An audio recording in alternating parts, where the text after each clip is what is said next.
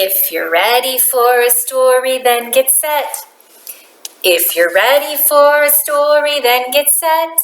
Sit up tall and cross your feet. Fold your hands all nice and neat. If you're ready for a story, then get set. Are you guys ready to hear a story today? You know, we've been talking about clothes, and we talked about how we keep our clothes clean, and we talked about sorting our clothes when we do laundry. But have you ever thought how clothes are made? Have you ever thought about that? Where do we get the material that our clothes are made from?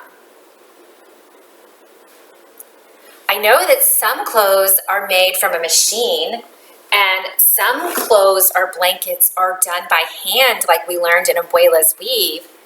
But where do we get the yarn? Where do we get the material? Well, some material or some fabric or some yarn is made out of wool. And wool comes from sheep.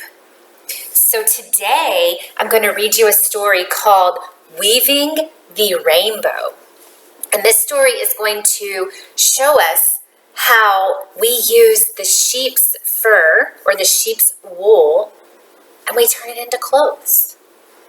This book is written by George Ella Lyon. So George wrote the words, and it's illustrated by Stephanie Anderson.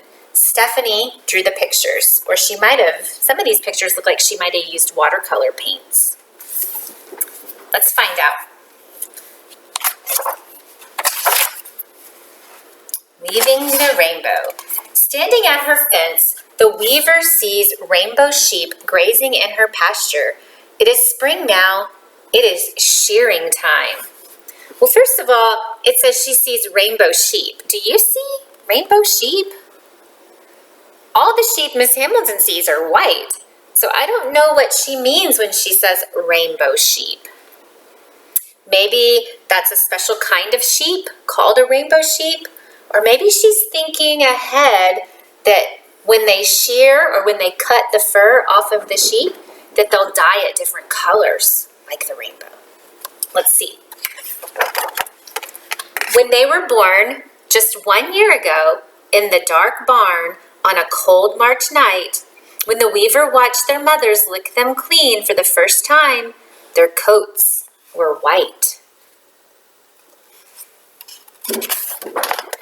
And they were white when she turned them out into April fields. Okay, so they still look white, don't they? And in July, when she washed and combed them and loaded them into the trailer for their trip to the state fair, they were white and bright. And you know what? They won first prize. Oh, that's so cool. They won a prize. Why do you think they won a prize? Because they were the best looking sheep at the fair. Yeah. A fair sometimes is like a market, and you take your animals and you show them, and judges look for the most perfect animal. And I guess her sheep looked just like they were supposed to. They were clean and they were bright, and she had brushed their hair just right. They won first place. But they were getting closer to the rainbow.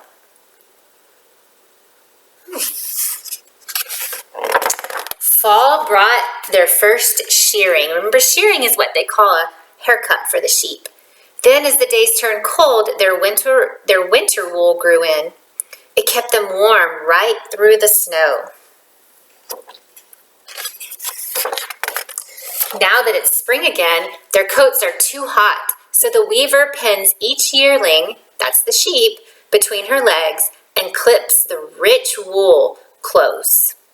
It comes off in one piece that's shaped like a sheep. Can you see? She's using like clippers to cut all of the wool off of the sheep. So when he starts off, he's big and fluffy, but when he's done, he looks a lot smaller when they take all that hair off. When you get a haircut, does it make your head look smaller? Maybe. White and springy, this fleece, but carrying it from the pasture, the weaver sees rainbows. All right, so it's still white, but she's seeing rainbows. She must be thinking ahead.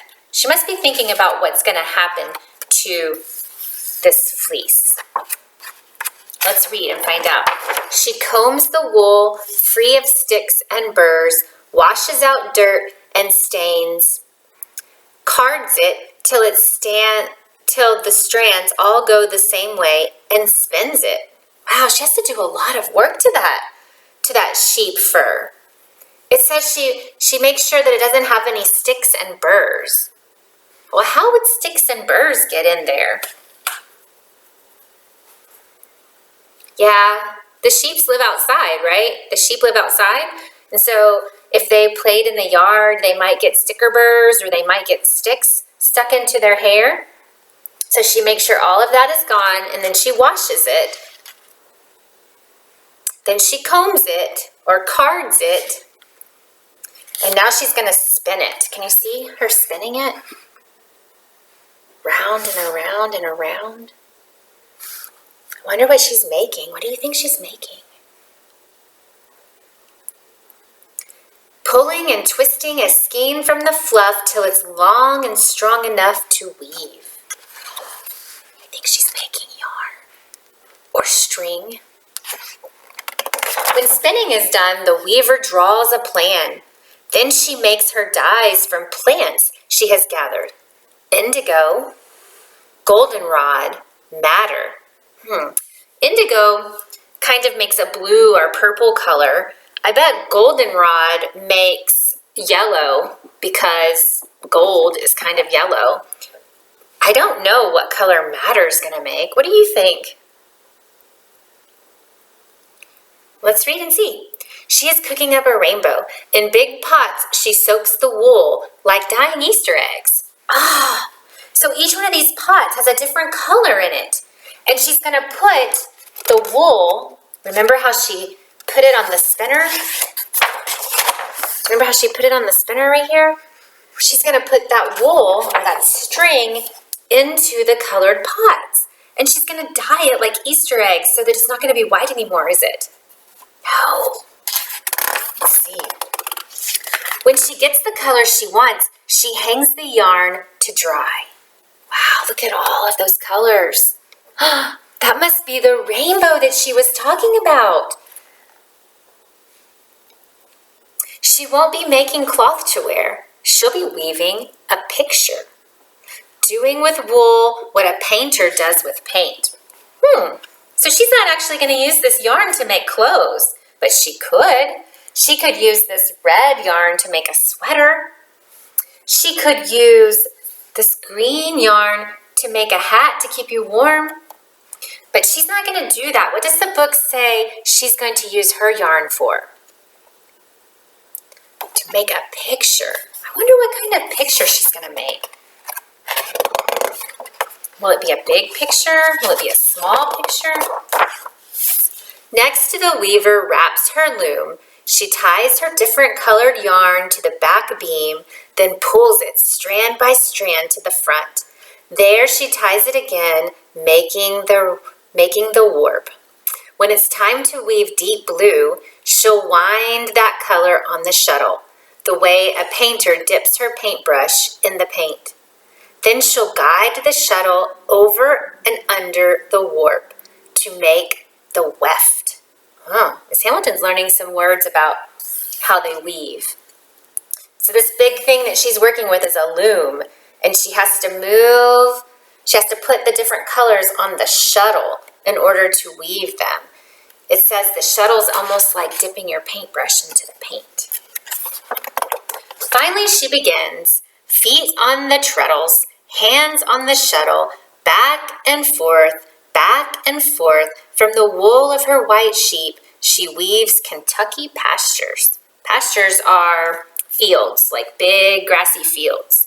She's got green grass, evergreen, willow yellow, red bud, purple shadow, Shy sky blue. Those must be the colors that she's using. From wool looped across her hand, she weaves in lambs and their mamas. Wow, look at that. That's the picture she's making. You can see this part down here is already forming the picture, and if you look up here, you can see where she's working. She still has to finish. And you can see how it goes under some of the strings and over some of the other strings. Can you see the picture that she's making? I see trees and sheep and clouds. Do you see anything else that Miss Hamilton missed? White sheep in rainbow pastures. In rainbow pastures, she weaves white sheep. Wow. So, weaving the rainbow. We learned that the sheep start off white, but the weaver saw a rainbow from the very beginning. How do you think she saw that rainbow? She was thinking ahead. She knew what she was going to use that wool for. She knew she was going to turn it into yarn and make it different colors. And she knew that when she had all the colors that she needed, she was going to weave a rainbow, a beautiful picture with all of the colors of the rainbow. Yeah, I like that story. So after you've listened to this story, I have another video for you to go and watch, and it's a visit to the zoo, and they have some sheep at the zoo that need to be sheared. They need a haircut. So they're actually going to show you how it's done. So it'll be almost like the picture in the book, except instead of being a painting, it will be a real sheep, and it will be a real person using some real clippers. So you'll be able to see what it looks like when they shear the sheep. It's kind of cool. I can't wait to hear what you think about it. Bye, guys.